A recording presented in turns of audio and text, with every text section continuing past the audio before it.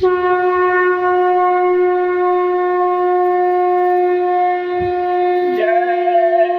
गुरुदेव, जय गुरुदेव। कलयुग में कलयुग जाएगा, कलयुग में सतयुग आएगा। हाथ जोड़कर विनय हमारी, हो जाओ सब शाकाहारी।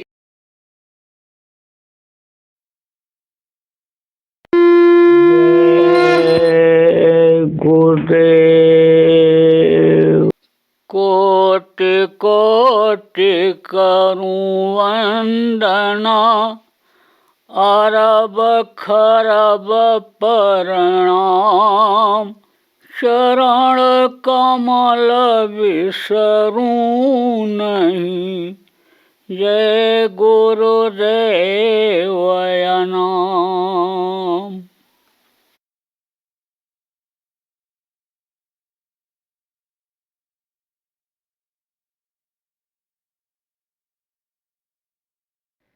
जीवात्मा सबके अंदर एक जैसी है। प्रभु ने हड्डी बनाया, मांस बनाया, खून बनाया, सबका एक जैसा है। ये तो आपने जाति कौम बना लिया, आपने हिंदू मुसलमान सिख ईसाई बना लिया, ब्राह्मण क्षत्रिय वैश्य और ये जातियाँ उपजातियाँ आपने बना ली। ये तो यानी समझो आपके बनाए हुए हैं। धर्म को आपने बना लिया, धर्म की शाखाएं आपने खोल दी, धर्म के ठेकेदार आप बन गए, लोगों को बना दिए। मजहब के यानी समझो ठेकेदार आप बन गए और बना दिए। उसने तो केवल एक मानव धर्म बनाया, एक इंसान बनाया। उसने कोई धर्म नहीं बनाया, एक केवल इंसानियत बनाया, मानव धर्म बनाया उसने। मानव धर्म को समझने की कोशिश करनी है, मानव धर्म का पालन करने की ज़रूरत है। जैसे कहा सिया राम मैं सब जग जानी, करूं प्रणाम जोर जुग पानी। सबके अंदर उस मालिक की अंश जीवात्मा है, उसको प्रणाम करो, उसको देखो। इस चोले को क्यों देखते हो? इस चमड़े के यानी समझो कपड़े को क्यों देखते हो? इस हड्डी को क्यों देखते हो? चेहरे मोहरे को क्यों देखते हो? दाढ़ी बाल को क्यों देखते हो? कपड़े को क्यों देखते हो? जीवात्मा को देखो। तो देखो ना, आपको घर छोड़ना है, न जमीन जायदाद छोड़नी है, न बाल बच्चों को छोड़ना है, गृहस्थ आश्रम में रहना। 22 घंटा काम तो कर लेना अपने शरीर के लिए, बच्चों के लिए, कर्ज अदायगी के लिए, लेकिन 2 घंटा समय आप लोग भजन के लिए, सुमिरन ध्यान के लिए प्रेमियों निकालना। निर्मायक नाम बताऊंगा। निर्मायक नाम किसको कहते हैं? जो माया के इस लोक में जन्म नहीं लेते हैं। वो प्रभु जो सबका सृजनहार है, कभी इस माया के लोक में नहीं आए, है ना। साहब सबका बाप है, अब बेटा काहू का ना है, और बेटा होकर जो जन्म सो तो साहब ना है। कहा है ना कि वो किसी का बेटा नहीं बनता है। तो ये किसी के बेटा नहीं बने आज तक, और न किसी के बेटा बनेंगे। ये माँ के पेट में जन्म नहीं लेंगे, माँ के पेट में नहीं बनेंगे, माँ के पेट से बाहर नहीं निकलेंगे। तो यह निर्मायक हैं, क्योंकि ये लोक जो है यह माया का लोक है। तो यहाँ जो जन्म लेते हैं और यहाँ के माया के लोक के लोग जो नाम रखते हैं वो मायक नाम होता है। समय समय पर आते हैं महापुरुष, आपको संग संगों में बताया गया। जैसे राम आए थे, जैसे कृष्ण आए थे, जैसे परशुराम आए थे, बुद्ध आए थे, महावीर आए थे। ये सब लोग भगवान कहे गए हैं, भगवान इनको कहा गया है। तो ये जो भगवान लोग हैं ये समझो मायक थे, और इन्होंने समय पर एक नाम में ताकत भरा था। ज़्यादा जब ज़रूरत पड़ी यानी दुष्टता को ख़त्म करने की, तो राम आए, उन्होंने काम ज़्यादा किया, तो राम का नाम ज़्यादा मशहूर हो गया। ऐसे ही यानी समझो कृष्ण ने ज़्यादा काम किया, तो कृष्ण का नाम लोग ज़्यादा जान गए। लेकिन जो और भी आए काम करने के लिए, पिछले दिनों में जो माँ के पेट से पैदा हुए, उन्होंने भी नाम को रखा नारायण नाम, और नाम बहुत से नाम हैं, कहाँ तक गिनाऊँ आपको, समय नहीं है। तो वो है मायक नाम। एक नाम मायक भी जगाते हैं। किस लिए जगाते हैं? विश्वास दिलाने के लिए, जंग छुड़ाने के लिए। जंग किसको कहते हैं? मोर्चा जिसको कहते हो, लोहे के ऊपर गंदगी लग जाती है, लोहे के ऊपर गंदगी लगी हो, पारस पत्थर होता है, उससे छुआओगे सोना नहीं बनेगा। और अगर गंदगी को साफ कर दो, छुआ दो तो सोना बन जाता है। तो गंदगी जब तक रहती है तब तक कुछ नहीं होता, गंदगी को साफ करना पड़ता है। तो ये जय गुरुदेव नाम जो गुरु महाराज ने जगाया, ये गंदगी को भी साफ करता है और विश्वास को दिलाता है। जैसे राम नाम में विश्वास हुआ, किसको? बंदर और भालुओं को। जब राम राम लिख करके समुद्र में डाले और पत्थर तैरने लगे जब, तब उनको विश्वास हो गया कि राम नाम में शक्ति है और ये जो जगाया हुआ नाम जिनके द्वारा है उनमें शक्ति है। फिर वो उनके अंदर हिम्मत बढ़ गई, हौसला बढ़ गया, ताकत बढ़ गई। जैसे हनुमान खड़े हुए थे, तब जब ताकत भरा उन्होंने, किसने कहा? चुप साधे रहा बलवाना, पौन तने बल पौन समान। अरे तुम्हारे अंदर तो पौन की शक्ति है, तुम खड़े देख रहे हो कि कहीं हम डूब न जाएं, समुद्र में कहीं गिर न जाएं। तब उनके अंदर ताकत आई, वो तो प्रेरक का काम किया उन्होंने। तो प्रेमियों, ये है विश्वास के लिए भी जगाया जाता है। जैसे बहुत से लोगों को तकलीफ रही, कष्ट रहा, और बताया गया गुरु महाराज का इस जगाए हुए नाम को कि जय गुरुदेव नाम को बोलो, और बोलने लग गए, जय गुरुदेव नाम की ध्वनि करने लग गए, और फायदा दिखने लग गया। लड़ाई झगड़ा कुछ कुछ जो घर में लगा रहता था, रोज झगड़ा होता था, उसमें कमी आ गई। कोई न कोई बीमार रहता ही रहता था। एक अन्य समझो कि संभला, तब तक दूसरा गिर गया। तो विकास का पैसा था, घर में कुछ कर सकने का पैसा था, शादी ब्याह में खर्च करने का जो पैसा था, बच्चे को पढ़ाई लिखाई में खर्च करने का पैसा था, वो सब दवा में चला जाता था। जब बताया गया कि जय गुरुदेव नाम की ध्वनि बोलना शुरू कर दो, और शुरू किया, तो बता रहे हैं कि अब बीमारियां भी जुदा हो रही, बहुत कम रह गई। अब तो लड़के ही कभी कभी बाल गाल एक दूसरे का लड़कों का नोच लेते हैं, चींपू करते हैं। लेकिन पहले तो जवान लोग भी लड़ जाते थे, बुढ़े भी आपस से बाहर हो जाते थे घर में। तो अब तो जय गुरुदेव नाम की ध्वनि बोलने से बहुत फायदा हो रहा है। तो जय गुरुदेव नाम की ध्वनि बराबर बोलो, बराबर बोलते रहे। जगाया हुआ नाम कैसे जगाते हैं?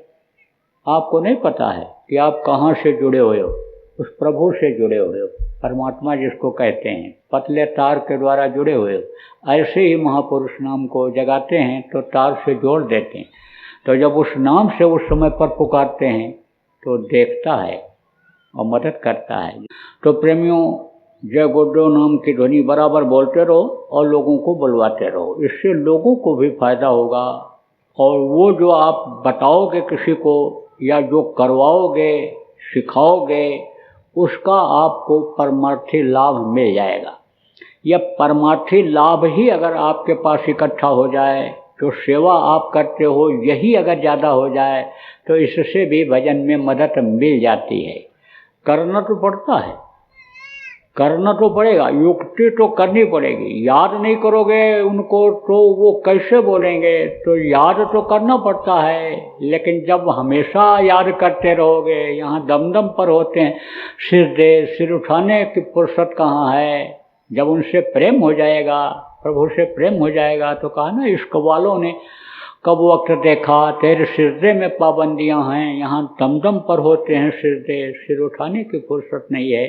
तो तब तो आपको खींच ही लेगा, तब तो अनुयुक्ति में मुक्ति तुरंत मिल जाएगी। और नहीं तो युक्ति करने पर भी मुक्ति में देर लगता है।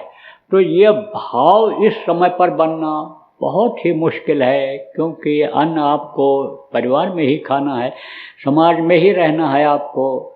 तो जहाँ भी रहोगे, गर्म हवा चलेगी तो लगेगी ही लगेगी, ठंडी हवा चलेगी तो लगेगी ही लगेगी। तो बड़ा मुश्किल है इस समय पर। इसलिए साधने के लिए बताया जाता है, साधो, शरीर को साधो, मन को साधो, यानी सुमिरन करना सीखो, साधो, ध्यान लगाना साधो, यह साधना बताई जाती है।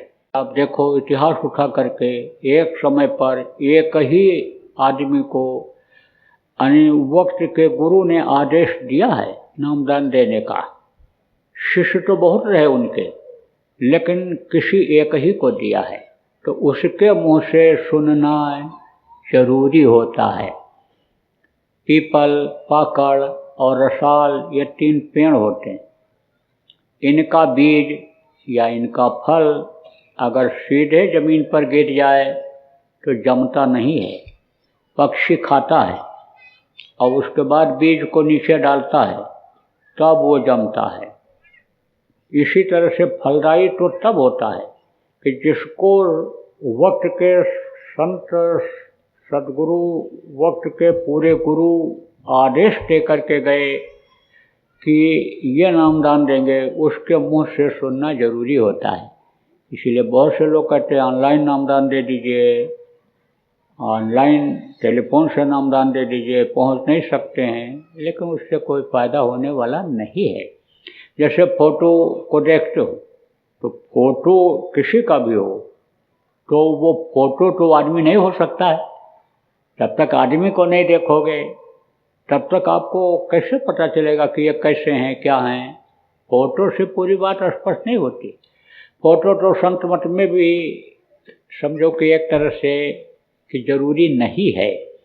लगाया तो इसलिए जाता है कि गुरु का ध्यान कर प्यारे, बिना इसके नहीं छूटना। सबसे पहले गुरु को ही याद किया जाता है। गुरु की तस्वीर भूल जाती है तो फ़ोटो लगा दिया जाता है कि फ़ोटो देख करके गुरु का ध्यान लगा लेंगे, लेकिन अंतर में गुरु का जब दर्शन होने लगता है तब ज़रूरत नहीं पड़ती है फ़ोटो की। तो आप समझो प्रेमियों कि मुँह से उसके सुनना जरूरी होता है। परहेज आपको करना पड़ेगा। मांस नहीं खाना है, मछली नहीं खाना है, अंडा नहीं खाना है और ऐसे नशे की चीज़ों का सेवन नहीं करना है कि जिससे बुद्धि ही खराब हो जाए, कुछ कर ही न पाओ। ऐसे नशे का सेवन नहीं करना है।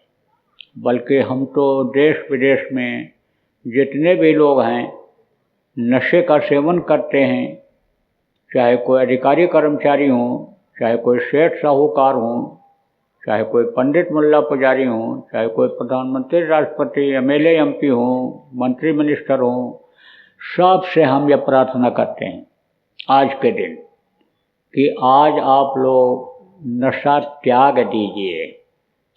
शराब के नशे में, गांजा भांग के नशे में, कोकीन या तमाम ये जो नशे वाली गोलियां चल गईं, इसके नशे में आदमी कुछ कर सकता है?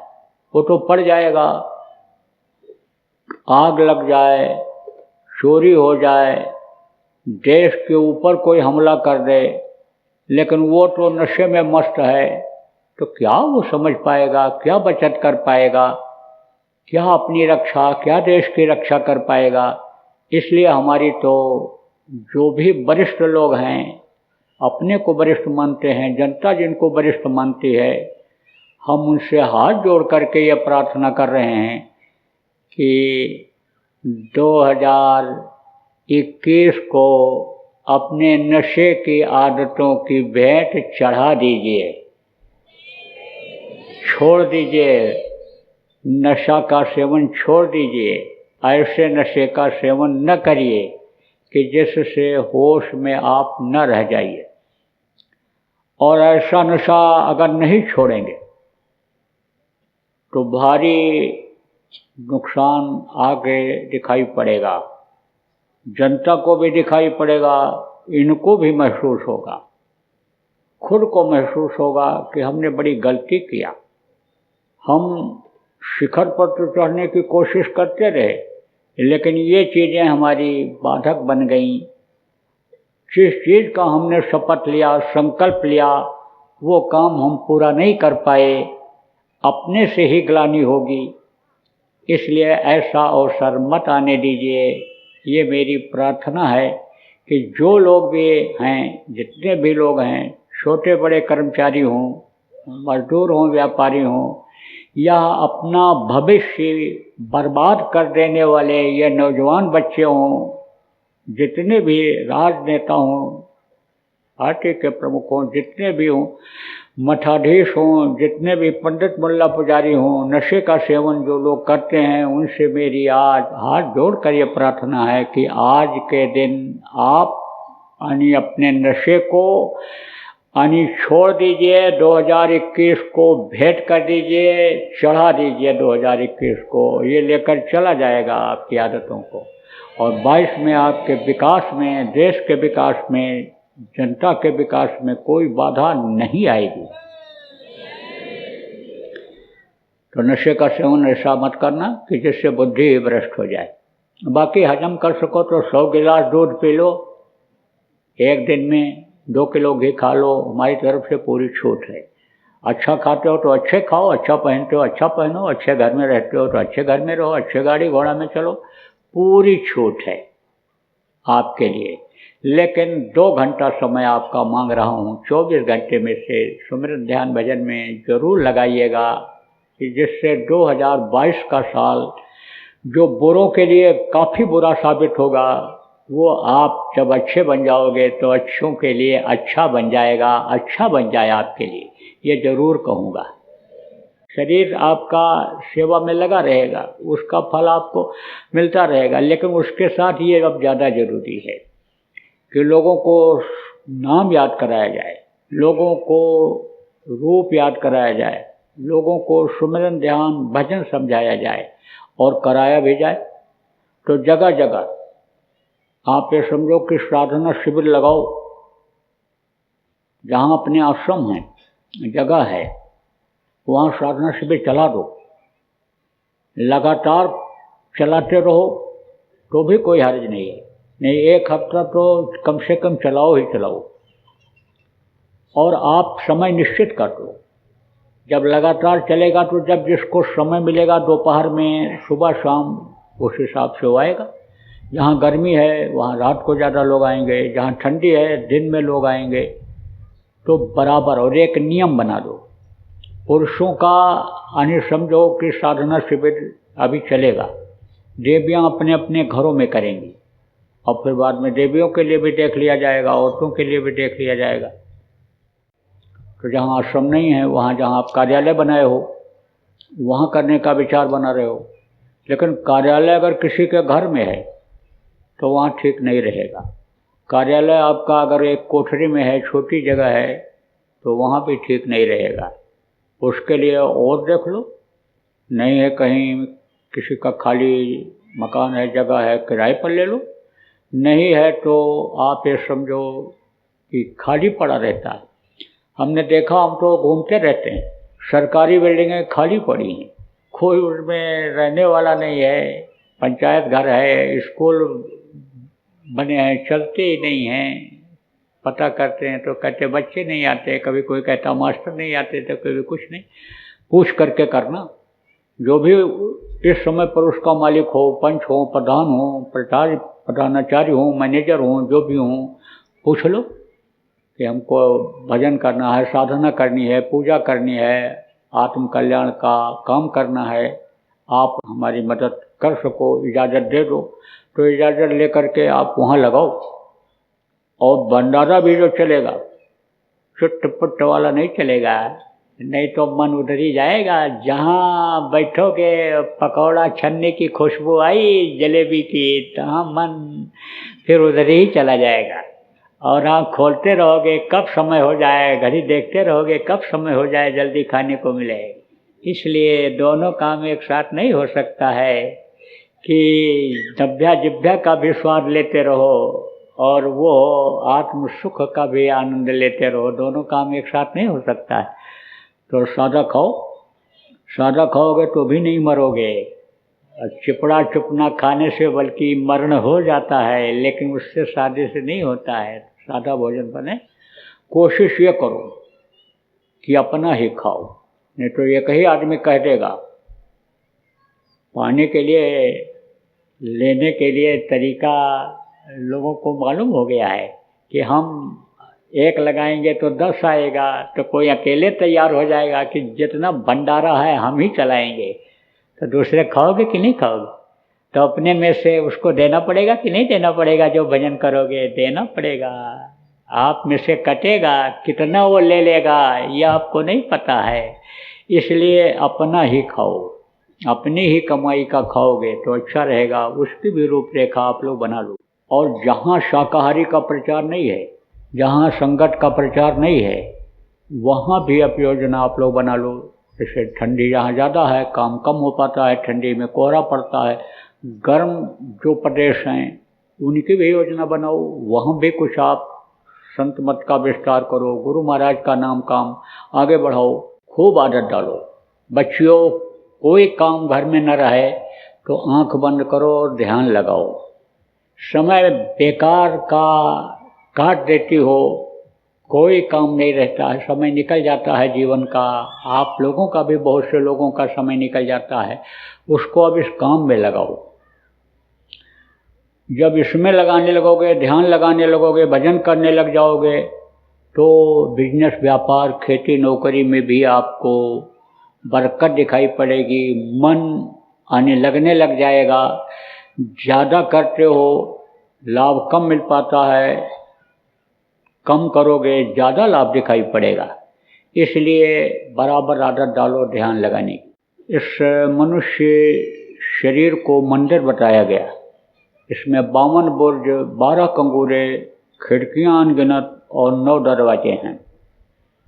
तो ये आँख कान मुँह ये सब दरवाज़ा है। तो जब ये दरवाज़ा बंद करोगे, पट माने दरवाज़ा, तो जब बाहर का ये बंद करोगे तब अंदर का द्वार खुलेगा। इसलिए बाहर से बंद करना जरूरी होता है। तो देखो एक बात मुख्य रूप से समझो कि अब कड़वी दवा नहीं पिलानी है लोगों को, मीठी दवा पिलाओ। हालांकि कड़वी दवा से फ़ायदा जल्दी होता है, लेकिन कुल्ली कर दे वो जिसको दवा पिलाओ अंदर जाए ही नहीं तो क्या फ़ायदा है। तो अब शाकाहारी का प्रचार का तरीका आपको बदलना पड़ेगा। समझा करके, बता करके, दिल जीत करके उसको शाकाहारी नशा मुक्त बनाना रहेगा। अब क्या नारा लगेगा? हाथ जोड़ कर विनय हमारी, तजो नशा बनो शाकाहारी। अब इसका प्रचार होगा, यही लिखा जाएगा, यही नारा लगाया जाएगा, यही यानी समझाया जाएगा लोग। तो बोलो जय गुरुदेव।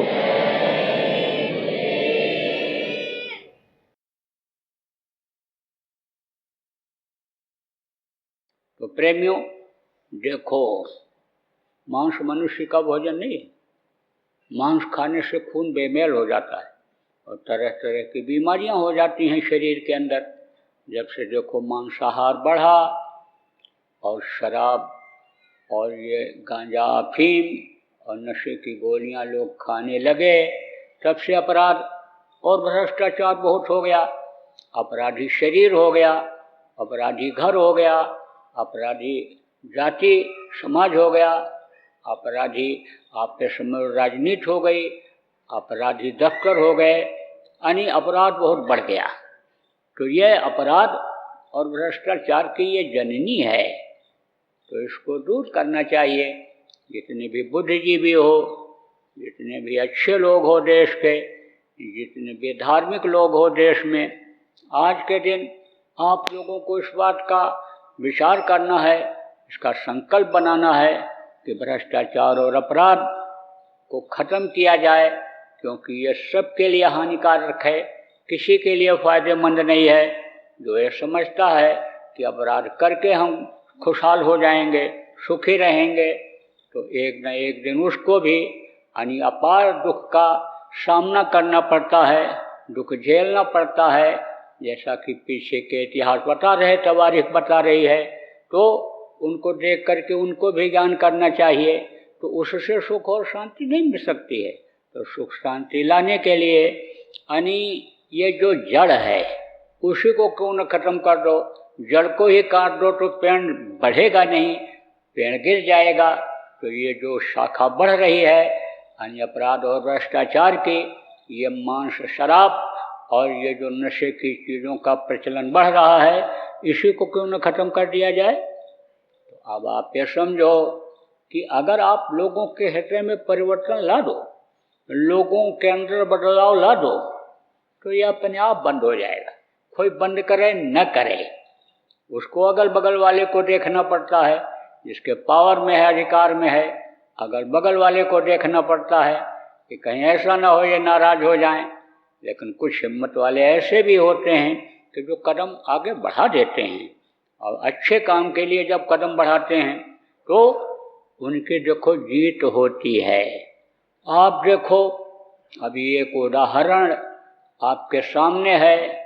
लोग कह रहे थे हार गए हार गए हार गए हार गए, लेकिन जीत गया वो। क्या जीता? दिल जीता था उसने, उन्होंने दिल जीता था। शराब बंद करके दिल जीता था। किसका दिल जीता था? जो शराब के नशे से परेशान औरतें थीं, आदमी थे, सभ्य लोग, सज्जन लोग जो थे, यानी जो परेशान थे, उनका दिल जीता था, उनका दुआ आशीर्वाद लिया था। देखो उनकी विजय हो गई और फिर वो आ गए। लोग कहते थे देखो ये तो चले जाएंगे इसी से, क्योंकि इनकी संख्या पीने वालों की बहुत बढ़ गई। घर घर किसी ने खुलवा दिया, ताड़ी फेड़ी कर दिया, चढ़ करके जाओ, तोड़ के लाओ, पियो। नशे की आदत डाल दी कि हमारी कुर्सी न चली जाए, और कुर्सी बचाने के लिए लोगों का आनी आदत खराब किया। तो लोग कहते थे कि ये तो दोबारा आएंगे नहीं इसी वजह से। लेकिन हिम्मत किया। अच्छे का साथ सब लोग देते हैं, आदमी न दे तो कुदरत साथ देती है। इसी तरह से अन्य समझो कि कुदरत लोगों के दिल दिमाग बुद्धि अच्छाई की तरफ अन्य मोड़ देती है। तो देखो, या तो हिम्मत होना चाहिए, और नहीं होना चाहिए तो आप कम नहीं हो। इस समय धार्मिक लोग बहुत हो, सत्संगी बहुत हो, प्रेमी बहुत हो, आप समझाओ लोगों। बहुत से लोग बदल गए, तमाम अपराधी लोग सुधर गए। गुरु महाराज के पास एक से एक अपराधी आते थे और कहते थे महाराज छूटेगा ही नहीं, और उन्होंने दया किया, छूट गया। एक से एक शराबी आए, एक से एक गंजेड़ी आए, एक से एक आप समझो बांगखोर आए, लेकिन गुरु महाराज की दया हो गई और छूट गया। आते जाते रहे, आते जाते रहे, सुनते रहे, समझते रहे, तो ये मन बदल जाता है। सुनते रहने से, समझते रहने से, यानी कोई समझाता रहे, बैठता रहे, उठता रहे, तो लोग बदल जाते हैं। इसी में अभी खोजोगे मिल जाएंगे आपको। आप मान लो कोई पियक्कड़ हो, अभी पीते हो, पहली बार चले आए हो, किसी के कहने में, दबाव में, या ऐसे ही बाबा क्या कहते हैं सुन लें। आप अगर खोजोगे तो ऐसे ऐसे लोग मिलेंगे कि दर्जनों बोतल कंपनी की लेबल ये बता देंगे, रटे हुए हैं, इनको रट गया है कि ये ब्रांड है, वो ब्रांड है, ये कंपनी का है, उस कंपनी का है। लेकिन छोड़ दिया तो छोड़ दिया। सती भेंट अब यह तन नहीं। आप समझो औरत कितनी प्यारी होती है।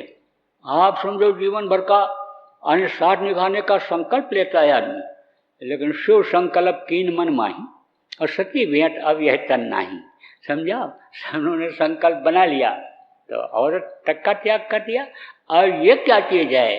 ये तो जैसे शरीर की मैल होती है, यानी जैसे शरीर के ऊपर से हाथ रगड़ दो, मैल ऐसे निकल जाए। ये चीज़ें तो जो बुरी आदतें हैं, ये तो मैल की तरह से हैं। अरे खाल खिंचवा दिया लोगों ने जब संकल्प बना लिया। आप समझो टोरेज की खाल खींच ली गई थी। आप ये समझो कि पलटू ने जब संकल्प बनाया कि झुकेंगे नहीं और हम अपने काम में लगे रहेंगे, आध्यात्मिक काम में लगे रहेंगे, तो लोगों ने उनको जिंदा जला दिया। लेकिन कहीं डगमगाए। तो आप ये समझो मन में जब बात आ जाती है, अच्छे काम के लिए संकल्प बन जाता है। संकल्प जब बनाया देश को आज़ाद कराने के लिए भगत सिंह, चंद्रशेखर, अशफाक ने, तब आप ये समझो कि देश आज़ाद हो गया। मिला क्या उसके बदले संकल्प के? फांसी का फंदा। लेकिन उफ बोले कुछ नहीं, धर्म से नहीं डिगे। यहाँ तक चुनवा दिया था दीवार में और एक ईंट रखने को था, और बोले अब भी बदल जाओ, धर्म को चेंज कर दो, बदल दो, सिद्धांत को छोड़ दो अपने।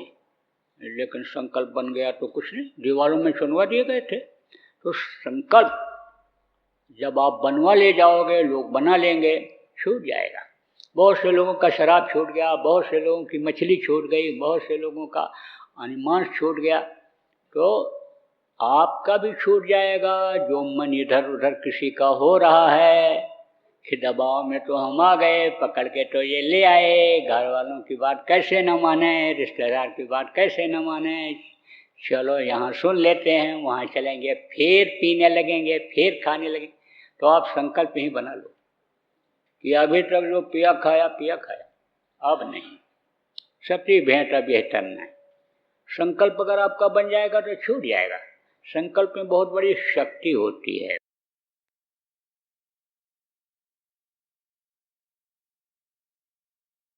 देखो, आप कुछ लोग किसान हो, खेती करते हो, आपके मन में बेईमानी नहीं आनी चाहिए, नियत आपकी खराब नहीं होनी चाहिए। थोड़ा ही आपको मिलेगा तो उसमें बरकत हो जाएगी। ज़्यादा लेने की कोशिश मत करो, कोई भी अनाज में मिलावट मत करो। आप देखो, ऐसे ऐसे प्रेमी हुए हैं, गुरु महाराज के भक्त हुए हैं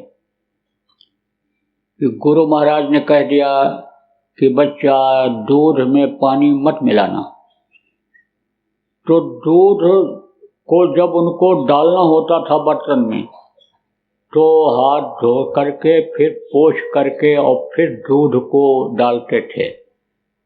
देखना भी होता था कैसा है दूध, क्या है, तो हाथ पोंछ करके उसमें डालते थे कि एक कतरा भी पानी का उसमें न चला जाए।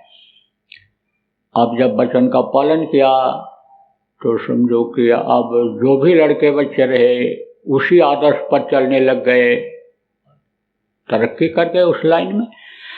तो थोड़ा ही मिले आदमी को और बरकत मिल जाए तो उसमें बहुत आगे बढ़ जाता है। ज़्यादा लोभ लालच मत करो।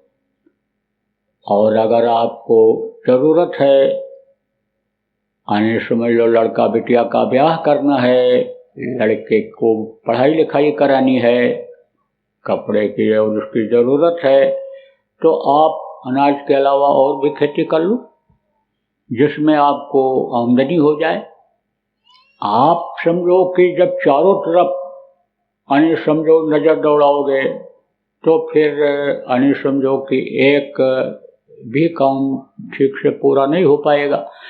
इसलिए आप जो खेती करते हो डट करके उसमें खेती करो। लड़के पढ़ने लग गए, नौकरी में चले गए, खाली ना बैठाओ, कहीं ना कहीं नौकरी करवा दो, कोई काम करवा दो, या कोई व्यापारिक दृष्टिकोण से खेती करो। आगे ज़रूरत पड़ेगी किसकी, नीम की, आगे ज़रूरत पड़ेगी आपके ये जिसको घृत कुमारी कहते हो, यानी ये स्वामी नाम की पत्ती की, यानी पौधे की, इन चीज़ों की ज़रूरत पड़ेगी। गिलोय, आप ये सब जो इन सब चीज़ों की ज़रूरत पड़ेगी आगे चल के। यही दवाएं समझो कि आगे काम आएंगी। बाकी दवाएं ये सब जो हैं चल रही अंग्रेजी दवाएं, रुकावट तो इससे आती है लेकिन मर्ज इससे नहीं जाता है। जय गुरुदेव। बाबा उमाकांत जी महाराज अपने ही प्रेमियों के सहयोग से संस्था द्वारा जनहित का कार्य करते हैं।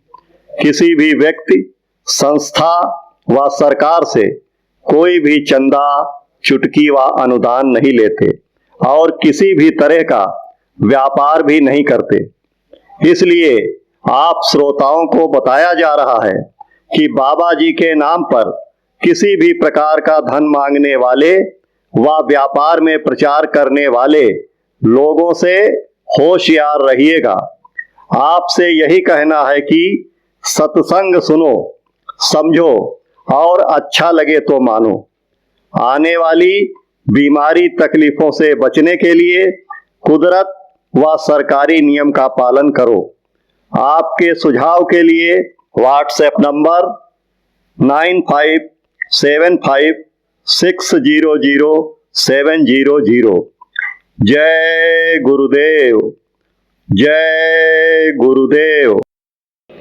जय गुरुदेव, जय गुरुदेव, जय गुरुदेव, जय जय गुरुदेव।